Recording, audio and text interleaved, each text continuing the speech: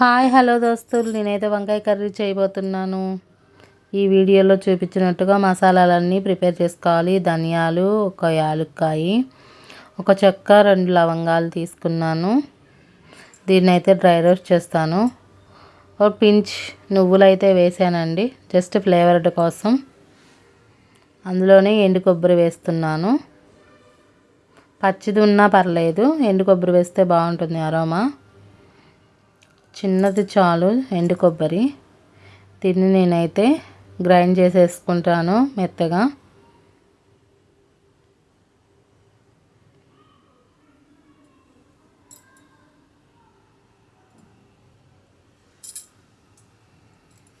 మెత్తగా మిక్సీ పట్టేసిన తర్వాత ఇలా పౌడర్ అయితే వస్తుంది, దాన్ని పక్కన ఉంచుకోవాలి.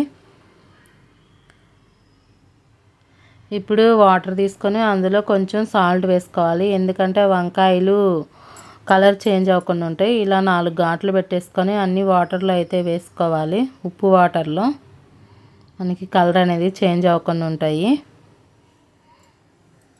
ఇలా అన్నీ వేసేసుకున్నాను ఘాట్లు పెట్టేసుకొని. ఇప్పుడు ఒక కడాయిలో ఆయిల్ పోసుకొని అందులో ఇప్పుడు మనం ఘాట్లు పెట్టుకున్న వంకాయలు అయితే వేసుకోవాలి.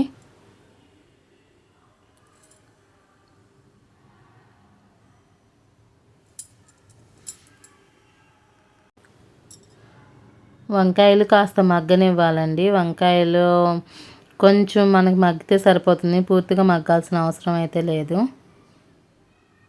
అట్లా ఫ్రై చేస్తే దానికి టేస్ట్ అనేది వస్తుంది. కొంచెం దాంట్లో ఉప్పు వేసుకొని ఫ్రై చేసుకుంటే కొంచెం ముక్కలకైతే పడుతుంది, వంకాయ ముక్కలకి. నేనైతే చిన్న వంకాయలు తీసుకున్నాను. వేగిపోయిన తర్వాత పక్కన ఉంచుకోవాలి. ప్లేట్లోకి అయితే తీసేసుకుంటున్నాను.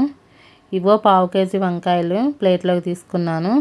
ఇప్పుడు మనం పెద్ద ఉల్లిగడ్డలు ఒక టమాటో, చిన్న అల్లం ముక్క వేసాను. దాంతోపాటుగా ఉప్పు, కారం, పసుపు వేసి మిక్సీ అయితే పట్టుకోవాలి. మెత్తగా పేస్ట్ లాగా పట్టుకోవాలండి. మనకి పేస్ట్ అయితే రెడీ అయిపోయింది.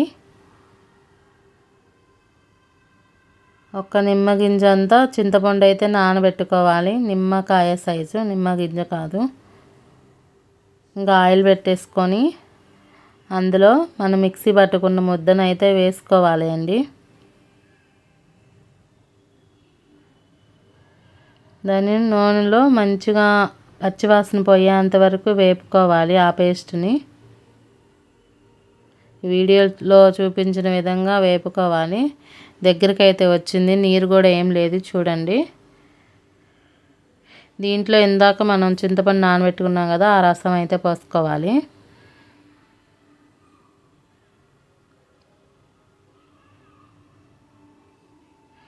ఇంకొంచెం వాటర్ అయితే పడతాయండి, నేనైతే వాటర్ యాడ్ చేస్తున్నాను.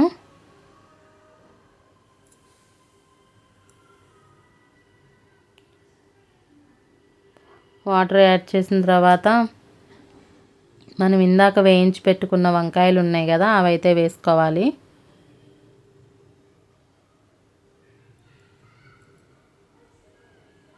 ఒకసారి కలుపుకొని ఇందాక మనం పట్టించుకున్న ధనియాల పౌడర్ ఉంది కదా, అది వేసుకోవాలి. ఆ మసాలా అదే అసలు మంచి ఫ్లేవర్ అయితే వస్తుంది అది వేయంగానే.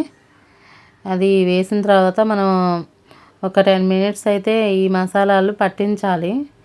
వంకాయలకైతే వెళ్ళిపోతుంది మసాలాలు. ఒక 10 మినిట్స్ అయితే పట్టించాలి. మూత పెట్టి కాసేపు మగ్గనిద్దాము.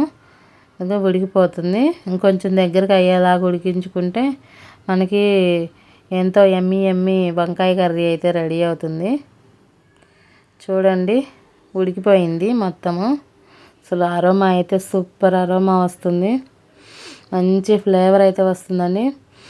కమ్మగా ఉంది చాలా. అన్ని మసాలాలు వేసాం కదా, నువ్వులు అవన్నీ వేసాం కదా, సూపర్గా ఉంది వంకాయ కర్రీ. ఇది రోటీస్లోకి కానీ, చపాతీల్లోకి, బగారా అన్నంలోకి, అన్నిటిలోకి బాగుంటుందండి. టేస్ట్ అయితే సూపర్ వచ్చింది. మీరు కూడా ట్రై చేయండి. ఒక లైక్ ఇవ్వండి ప్లీజ్.